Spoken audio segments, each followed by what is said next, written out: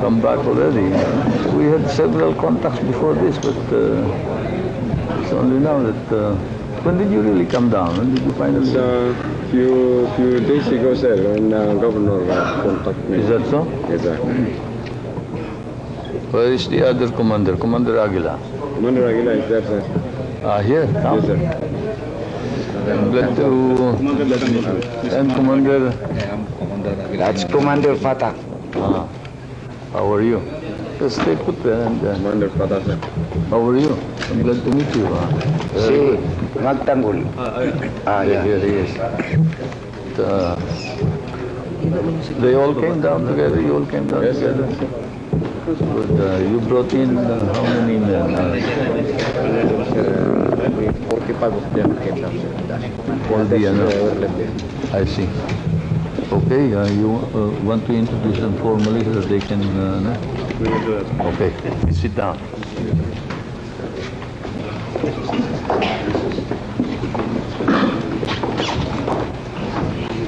Ikaw na. Sige.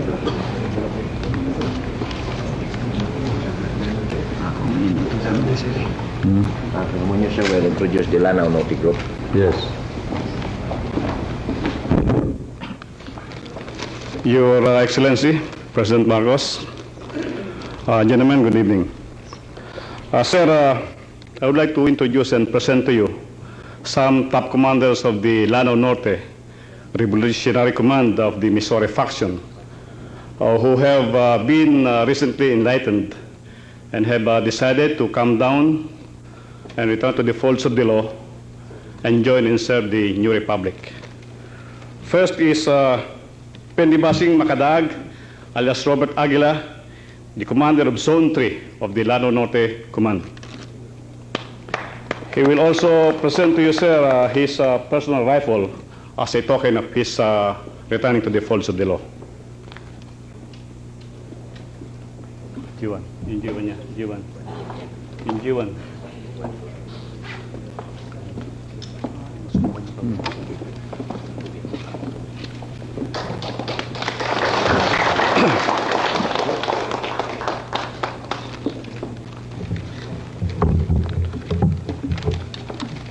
He also has with him the members of his staff, Commander Junaid Padilla, alias Titiban.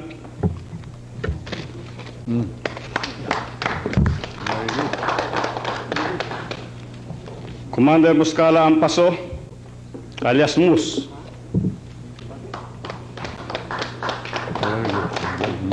Commander John Lagusak, alias Lagusak.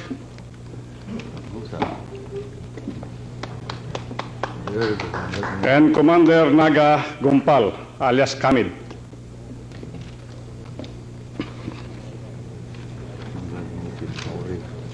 His field commanders are the following: Commander Pangalian Gimar, alias Alexander.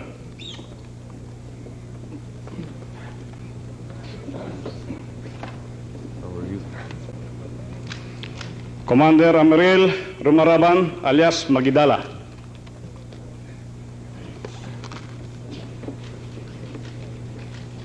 Glad to meet you. Commander Makapental Amaril, alias Makapi.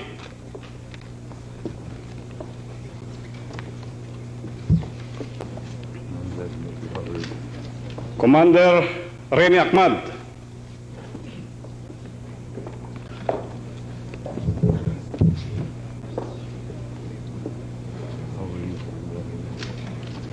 And Commander Sirad Pamagayaw.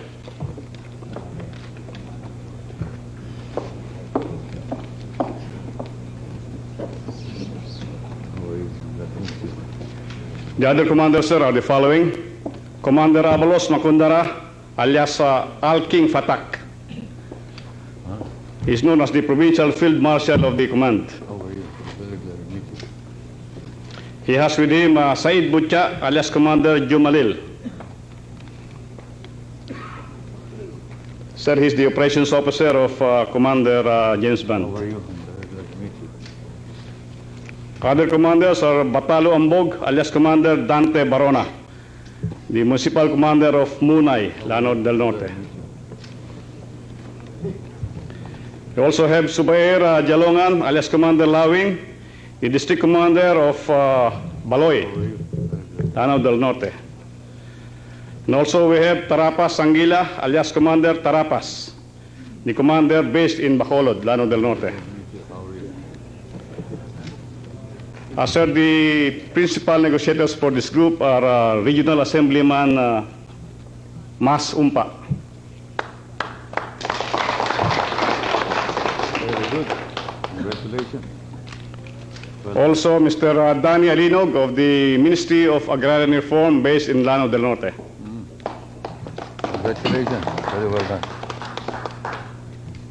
Sir, those are the commanders from Lanao del Norte. I will be followed by Colonel Browner, who will introduce those from Lanao del Sur. Very good.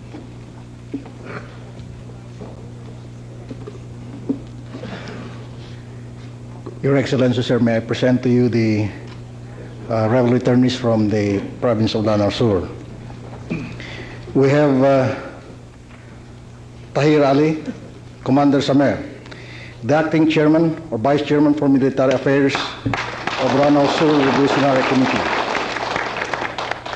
Together with him is his wife. Very good. We would like to present a weapon, the modified carbine. Ali, present this. This is locally made. It's a carbine with an M20 rocket launcher. Is that so? It looks. Made by Bangsamoro Army. Which one? The attachment or? Yes, sir, the attachment unit launcher. That's well done, huh? Probably we can make a business out of it. Thank you. I will,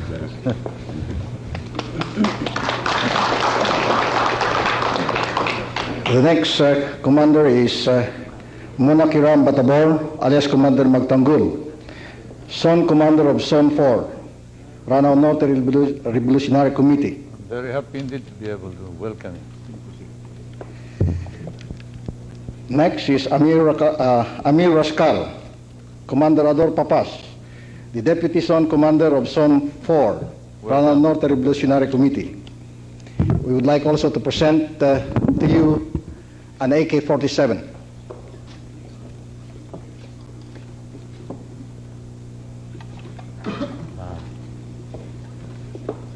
Looks good and worn out. Thank you. Next is Maguluan Bantak, Commander Ulu, designated Zone Commander of the newly organized Zone 7 of Lanao Sur Revolutionary Command. Welcome. We have Odindang Pakumal, Commander Watari, District Commander of Zone 4, Lanao Sur Revolutionary Committee. We have Tambas Pandapatan, Commander Sayana, Field Commander, Lanao Sur Expeditionary Force.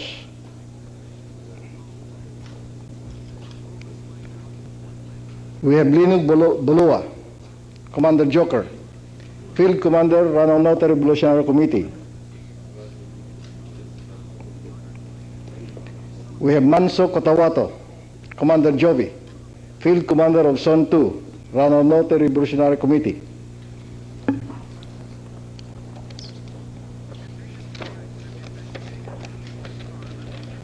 We have also other commanders here. Kandik Kayamula, one of the top 90 MNLF foreign trained leaders, training director of the Moro Class Revolutionary Command. We have Buhisan Tahir, Commander Nevada, District Commander of District 1 of Division 1 under Zone 3.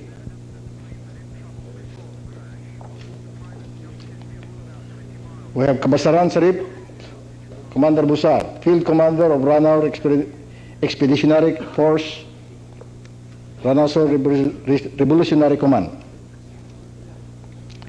And lastly, we have Ali Mamungkara, Commander Tiger, Intelligence Officer of the Black Commando, Lanao Sur Revolutionary Committee. Together with this group, these leaders represent 183 rebel returnees, together with a total of 134 firearms. Negotiators for this were, of course, through our governor, and we had the Chancellor Tamano, Director Buluto,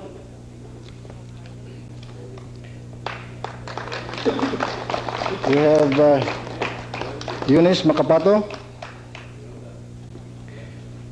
We also had Colonel Goria of the Balderrama Logging, Mayor Dalaga Langit of Lumba Bayabao, Mayor Inurak Lantud of Pantaw Ragat,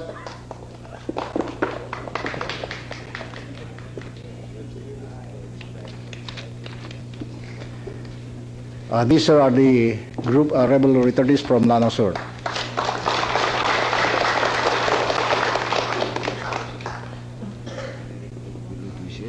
Second place in the bar examination and 10th place in the. Whom do you want to speak? Let's listen to whoever wants to speak. You want to speak, Commander Tairali? And also later on, Commander Aguilar, who wants to speak.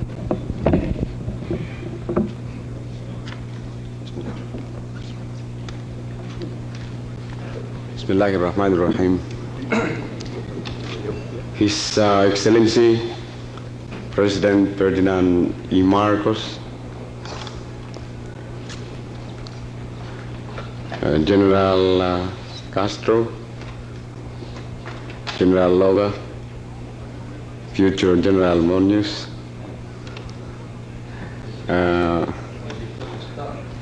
Governor, I'm sorry, the Chief of Staff of the Armed Forces of the Philippines, General Fabian Vier,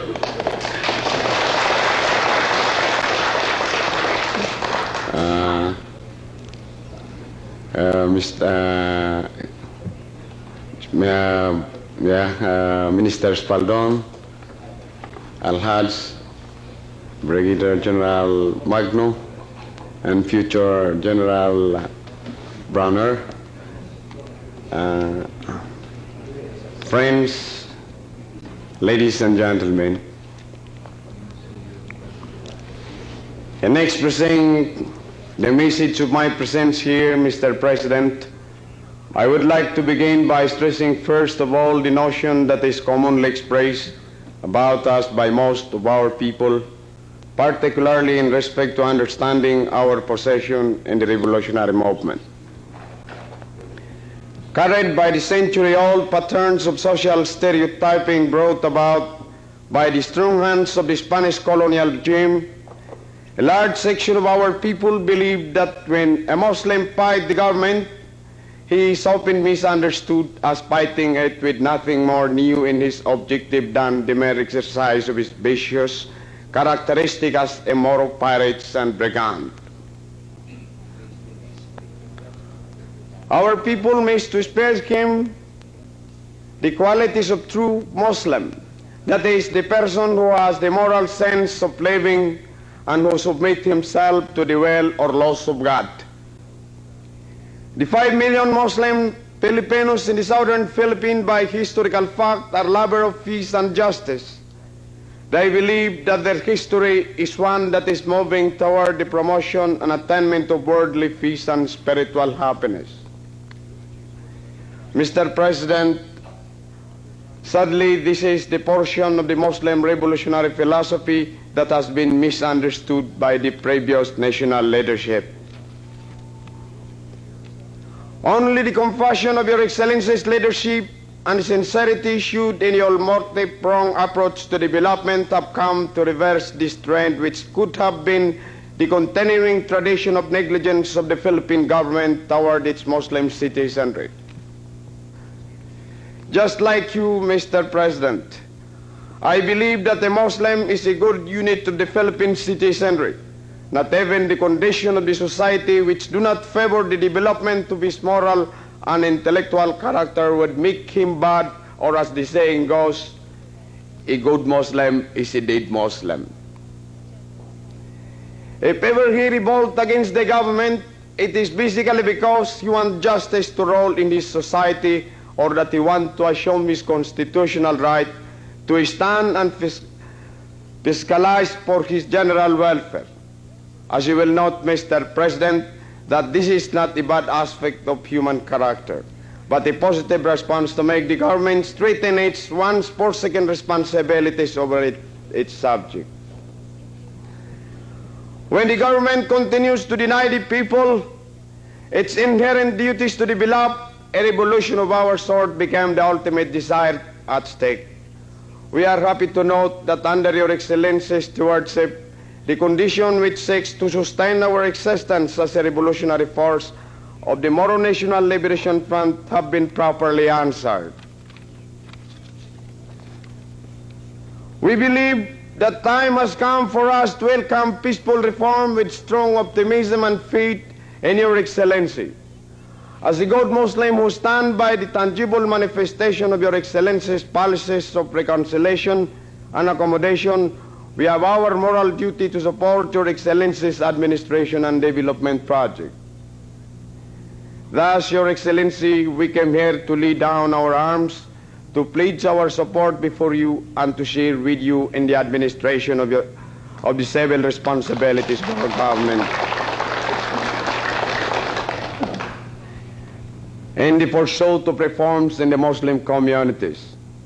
On our part, and in my capacity as the chairman of the Lanao Sur Revolutionary Command, I wish to convey our thanks to Almighty Allah for giving us your Excellency and the First Lady, Madam Imelda Romualdez Marcos, for without your humanitarian conviction and love, the welfare of the Muslim Filipino in the southern Philippines would not have been recognized and realized.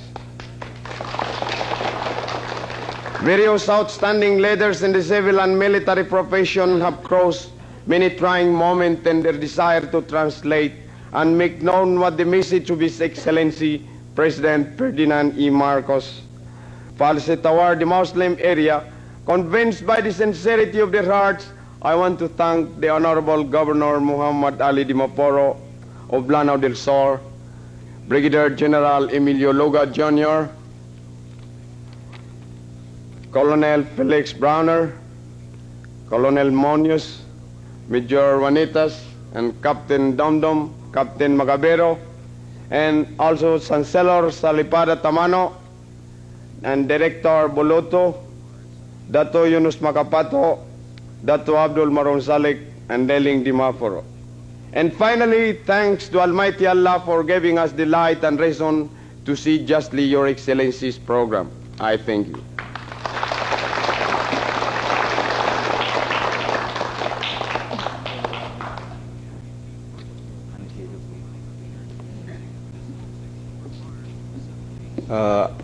Assalamualaikum warahmatullahi ta'ala wabarakatuh.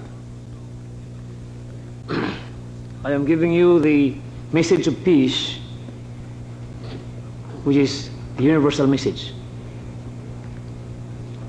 Magudas ako sa pakadidarpa ang kaya Pangulo sa Pilipinas si Presidente Marcos na lumalagaday sa giyang kaya mga general aki pakadidarpa ibarati General Castro, General Luga, si General Munoz, lang kapukiran na giyang mga padiran ng mga military na kagiyang makamasa pa na giyang kasi Gobernador Quebranza na sampur na sa giyang kanan na loksami Gobernador sa Lanao del Sur na gugiyang ko to isa pagariami Muslim haji na ipinabiyagar ka na suka kaya gudalaku.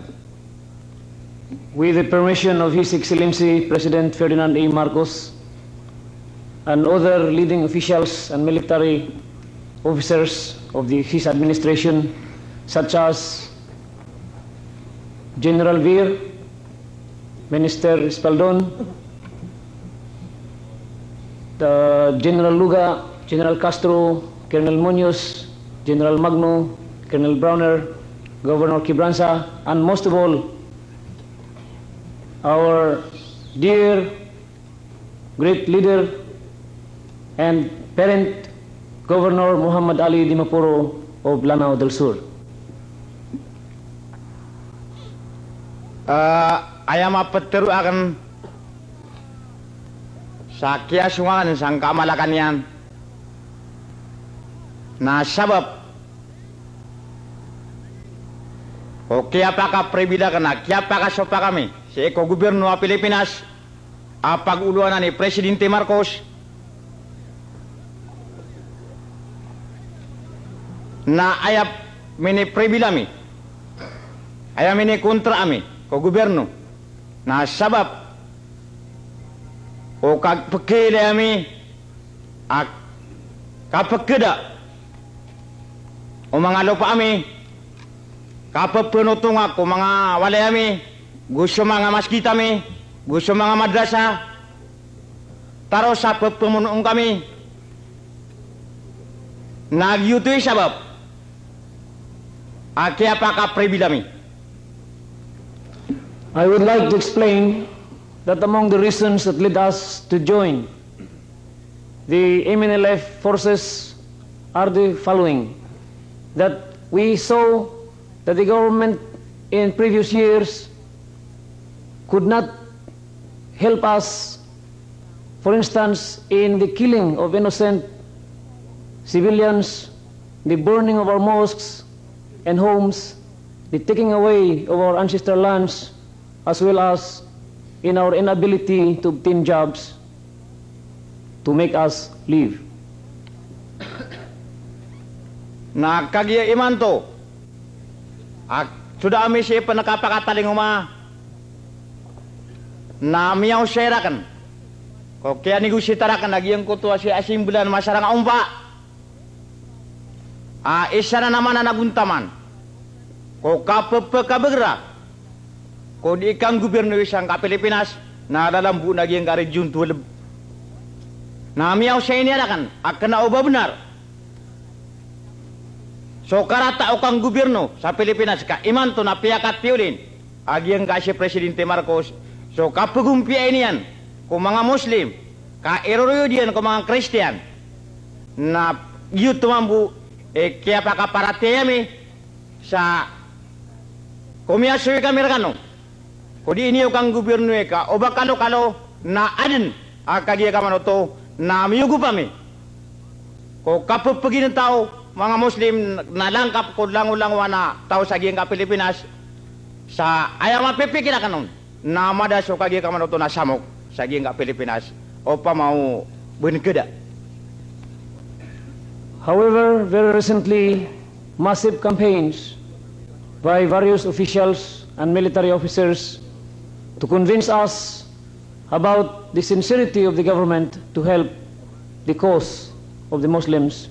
We have been convinced to return to the fold of the law, and we have been convinced particularly by Assemblyman Masaranga Umpa of Lanao del Norte that it was not the government's desire not to help the Muslims in those previous years, but it was because the government was faced with a very severe crisis that necessitated the declaration of martial law in order to save our republic as well as our nation.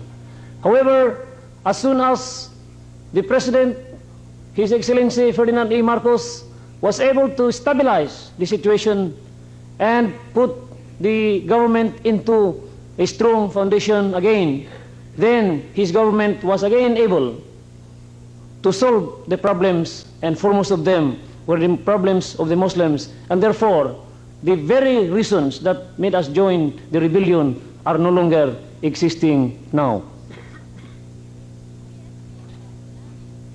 Gukagiyam yan nagakan si Saradyo ko kipaganaos nun agyang ka na naloksakan si Muhammad Ali Dimapuro ang gobernador sa Lanao del Sur kasuin niyo so gobyerno niyo kamataan at sakano na karibat kano Amerika di niyo o kasuyan so gobyerno niyo na malagit so kipagkampin niya na personal na gusto kapag kita niya sa radio station na isa man buka miya minimbita na nagyang ko to mayor sa Madamba at si Dato Ginar Mindelano gugyang ko to mayor sa Magsaysay at si Makasama at Umar giyang ko to mayor sa Salvador at si Malamit Umpa giyang ko to mayor sa Sapad at si Sarangani nagyutoy sabab so kaya tayo nagyang kalangwa na loksakan mga dato na isinubagyan ko to pa puso akan na miya kaparate sa usto aso di kang gobyerno sa Pilipinas na isinubamya katiulin sa malagid-agid. So, Lanao aguso Christian.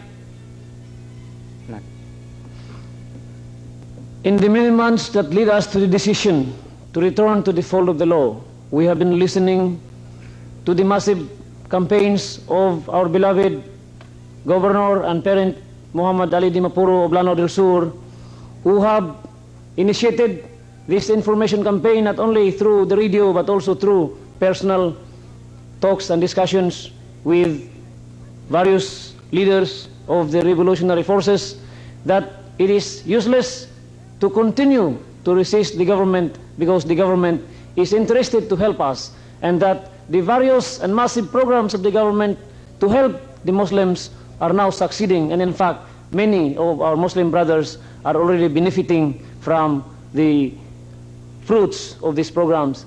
And also because I have talked to some other leaders and relatives of mine, among others Mayor Ginar Mindalano of Lanao del Sur, Mayor Makasamat Omar of Magsaysay, Lanao del Norte, Mayor Malamit Umpa of Salvador, Lanao del Norte, and Mayor Colonel Sarangani of Sapat, Lanao del Norte, as well as the positive encouragement of Governor Arsenio Quebranza of Lanao del Norte and Assemblyman Abdullah Di Mapuro of Lanao del Norte.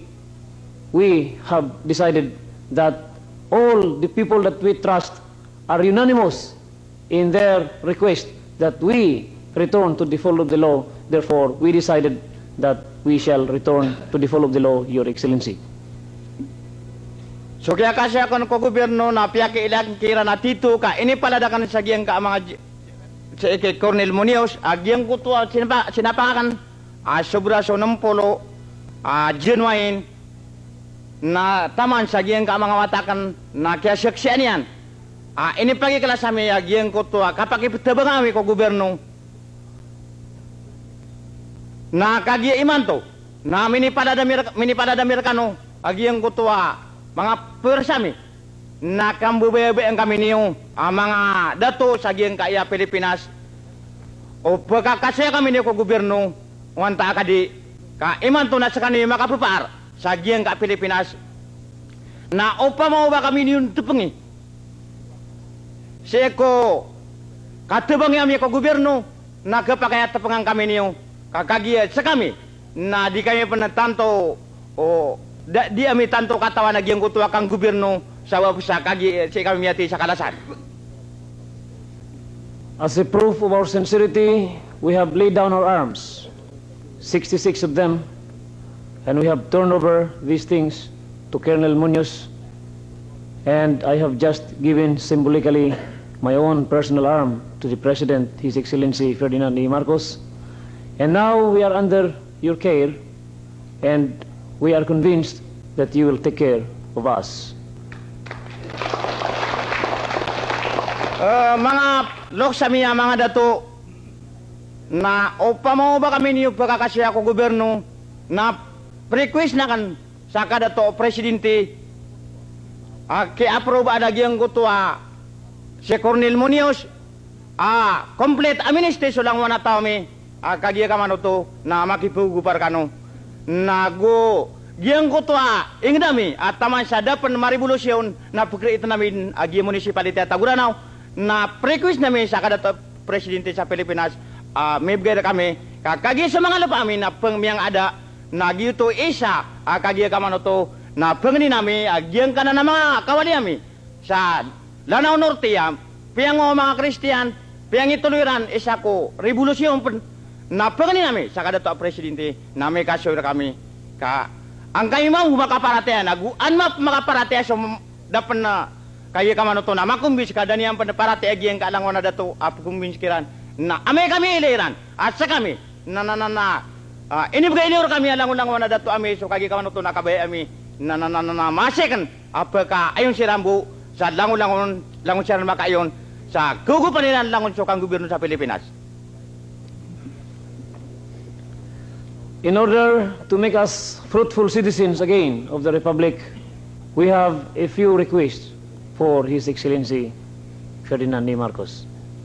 Among these are the following: the grant of amnesty to me and all my followers, as well as the creation of the municipality of Taguranao, our very own place, a request which we had filed even before the start of the conflict between the Christians and the Muslims. Pagkata sa dia kan siya katero, na dia kan nama pendilengan sodang wana panginakan sa presidente, katungan ay pagkata sa oras, na isa request na kan sa kadato presidente, na giyang ko ta kikapipir sa mga tao kan, na panginakan, ma-request akan, kaan, uba akan mitilo, na giyang ko to ma-persoron si isang Manila, ka anak ko kabaratiya sa giyang ko to mangingitino, ame ka, may lera na miyawitakan sa mga perso, ibarat giyang ko ta si Sumiradum makabalang, giyang ko ta si Hussein Mama, giyang ko to si Osudan Sampurna, ama perso saya, giyang ko ta si Pangalanan, si ima perso sa Lanao Norte, giyang ko to si Momol, katay sa mga pangarinan, nakagiya na ito na pala ang siya militilon, ka Arapiran, nagusingan niniran sa, an makaugup sila ng kodikang gobyerno sa Pilipinas. Sa dia kan dilengan na kami susurat si isto, kagiya na ito na, langwa na singan nina kan, na ipulada kang busap, at ito na presidente. I would not like to state in detail all the requests that I would like to make with our beloved President. I will only summarize one thing, and that is for him to kindly release to me some of my followers who are now under the custody of the law, so that this can serve as an example for my followers who are still about to return to the fold of the law, to believe the sincerity of the President. I am convinced that these people, if convinced, will again join me in returning to the fold of the law. The rest of my other demands, or rather requests, are there, and I will give them to the President.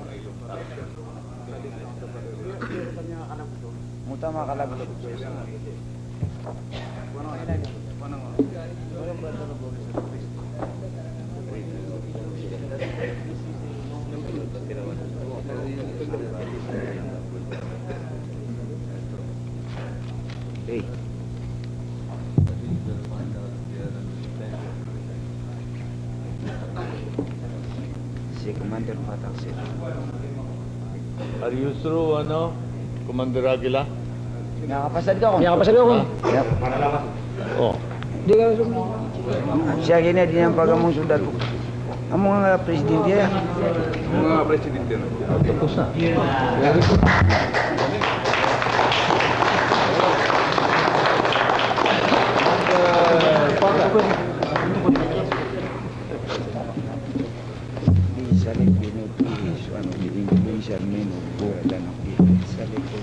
Your Excellency, Governor President Ferdinand E. Marcos, General Fabian Bir,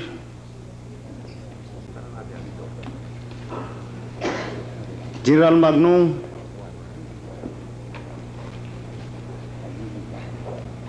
General Castro, General Lugang,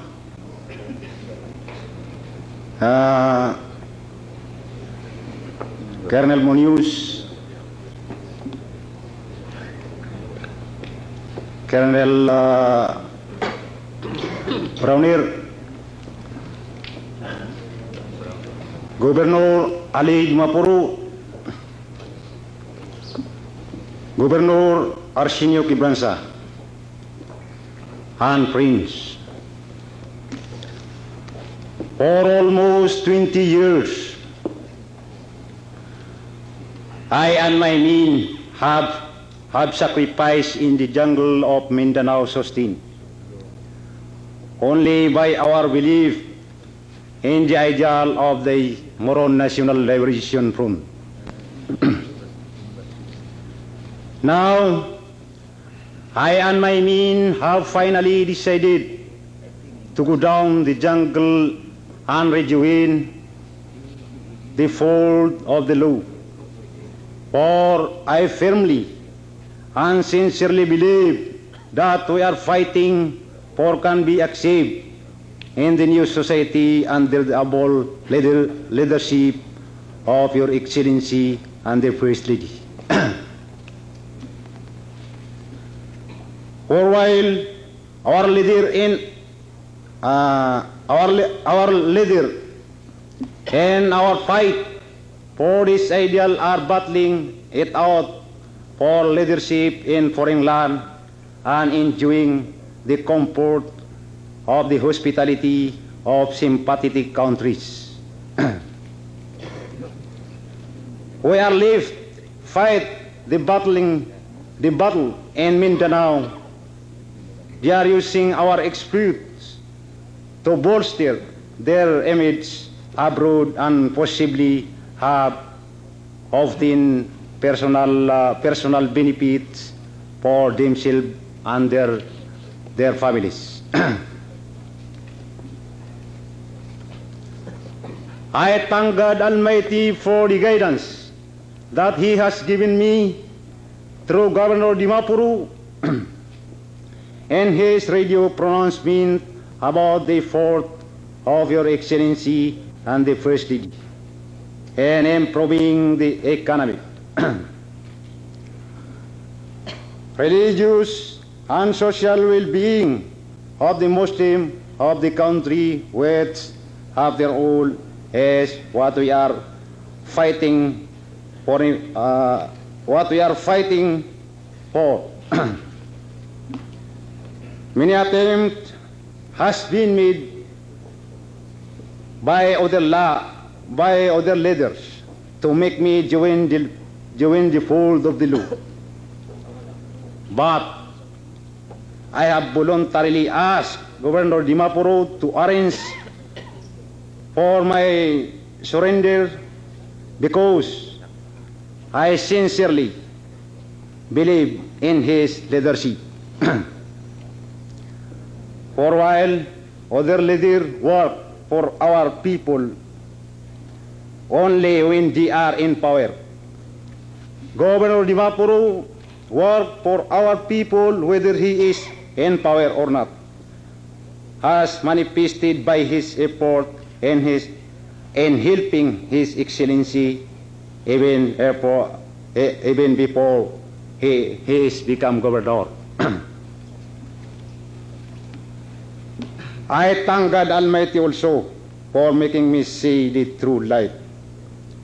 Vilification campaigns are being waged that the President is not attending to the problem of the Muslims.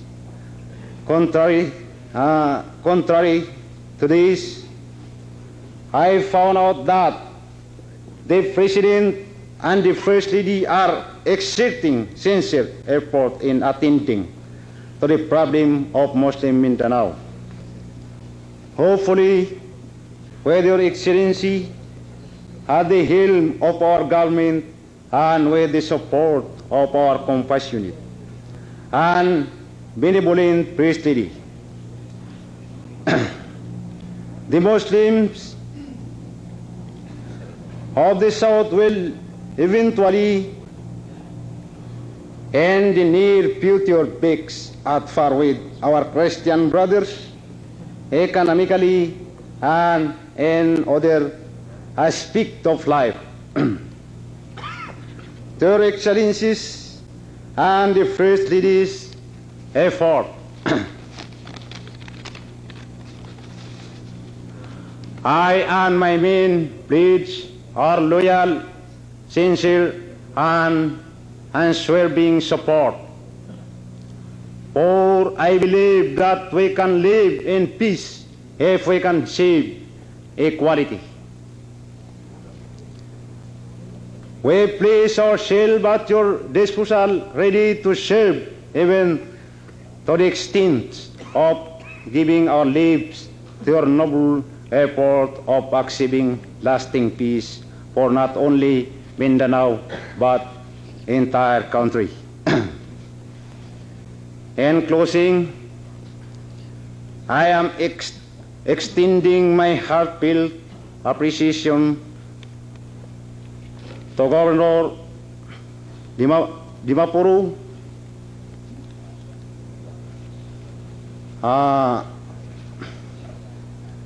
General Luga,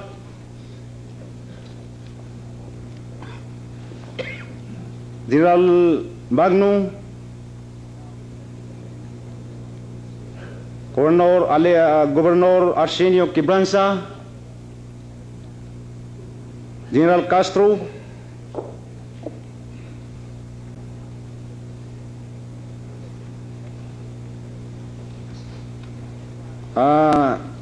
and to my Colonel Munoz, Colonel Browner, and to my best brother, Mr. Danny Alinog of Agrarian Reform, for the assistance that they give in coordinating and facilitating our return to the fold of the law. I thank you.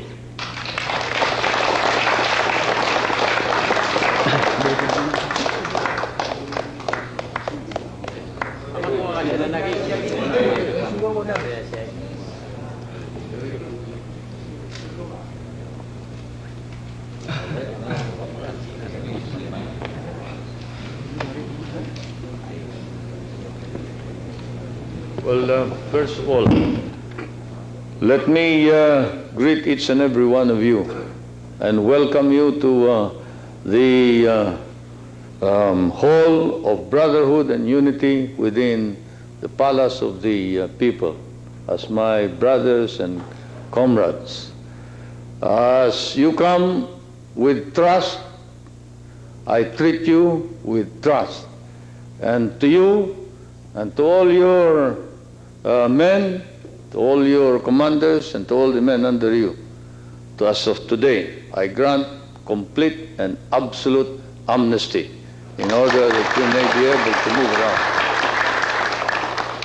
I direct an order that the armed forces of the Philippines, through the proper authorities in the civilian government, will now prepare all your papers of amnesty so that each and every individual will carry an amnesty paper which will be your pass and your identification in any problem that you may have.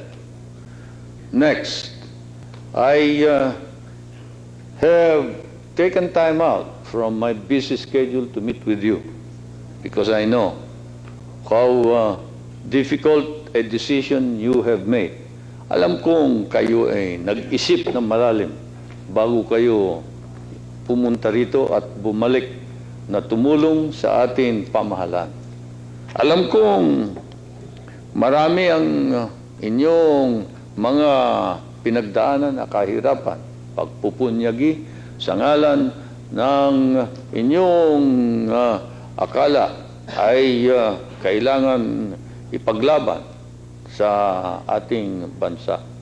Sapagkat ako rin ay isang naging napalaban kagaya ninyo sa lahat, sa maraming mga bagay, di lamang sa digmaan, kung hindi sa mga iba-ibang bagay. Kanya't ako'y naunawaan ko, I understand. I know how it feels to be fighting for a cause. Kanya't ako rin ay natutuwa, nag-uumapaw ang kagalakan sa aking puso na makakita sa inyo rito. Ako ay natutuwa sa pagdating ninyo rito. Nung tumawag sa akin, ang mga general at si Governor Ali Dimapuro, si Governor Quibranza, at ipinaabot sa akin na kayo ay yang bababa na sa bundok at dala ninyo inyong mga kasama. Ako ay parang napatulo ang luha ko sapagkat alam ko na etong mga nangyayaring ito ay tila ba parang bilin ng Panginoon nasa langit. Bilin ng mas mapagkapangyarihan kaysa sa atin lahat na alam ang mga dahilan kung bakit nangyayari kang anuman sa lupa. Kanya't ngayon ay ako'y natutuwa nga Ngunit yung katuwaan na yan ay aking tutuloy. Iaabot sa inyo sa pamagitan ng pagtutulong sa inyong mga kinakailangan sa inyong bagong buhay. Hindi kayo maaaring matulungan ngayon sa salita lamang. Sapagkat alam ko na iniwan ninyo ang inyong mga pamilya sa labanan na ito. Ngayon ay kayo ay lumapit sa akin. Tingnan ang inyong hanap buhay at anumang pang kailangan ninyo.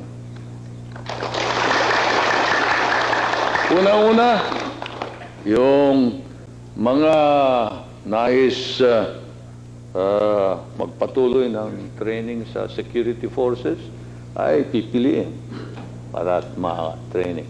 Ikalawa, yung nais mag-aral, mabigyan ng scholarship, pipiliin din. Hindi basta-basta sino lamang ang bibigyan ng scholarship, baka mamaya hindi naman mag-aaral. Sayang din naman. Kailangan yung talagang mag-aaral, di ba? Ang bibigyan natin ng scholarship yung magiging talagang magbabasa. Baka mamaya pagpunta rito sa Rojas Boulevard lang ang tuloy parati, gabi-gabi. Huwag naman. Ang bibigyan natin yung mga ating kasama. Bakit? Kapagkat ang mga ating kapatid na Muslim ay naiwan sa pag-aaral, kagaya din ng inyong mga kapatid na kapatid ko doon sa mga tribo, sa Cordillera, sa aking banda, sa may norte. Parayo rin kaming kagaya ninyong kulang sa edukasyon sapagkat sila rin lumaban din at ayaw din magpadala ng mga anak sa paaralan. Ayaw nila sapagkat ika nila. Bakit kami pa-appear yan sa mga dayuhan? Ngayon, nung napalit na nga ang may hawak ng kapangyarihan dito at Pilipino na pala ang may kapangyarihan, ika nila, balik tayo.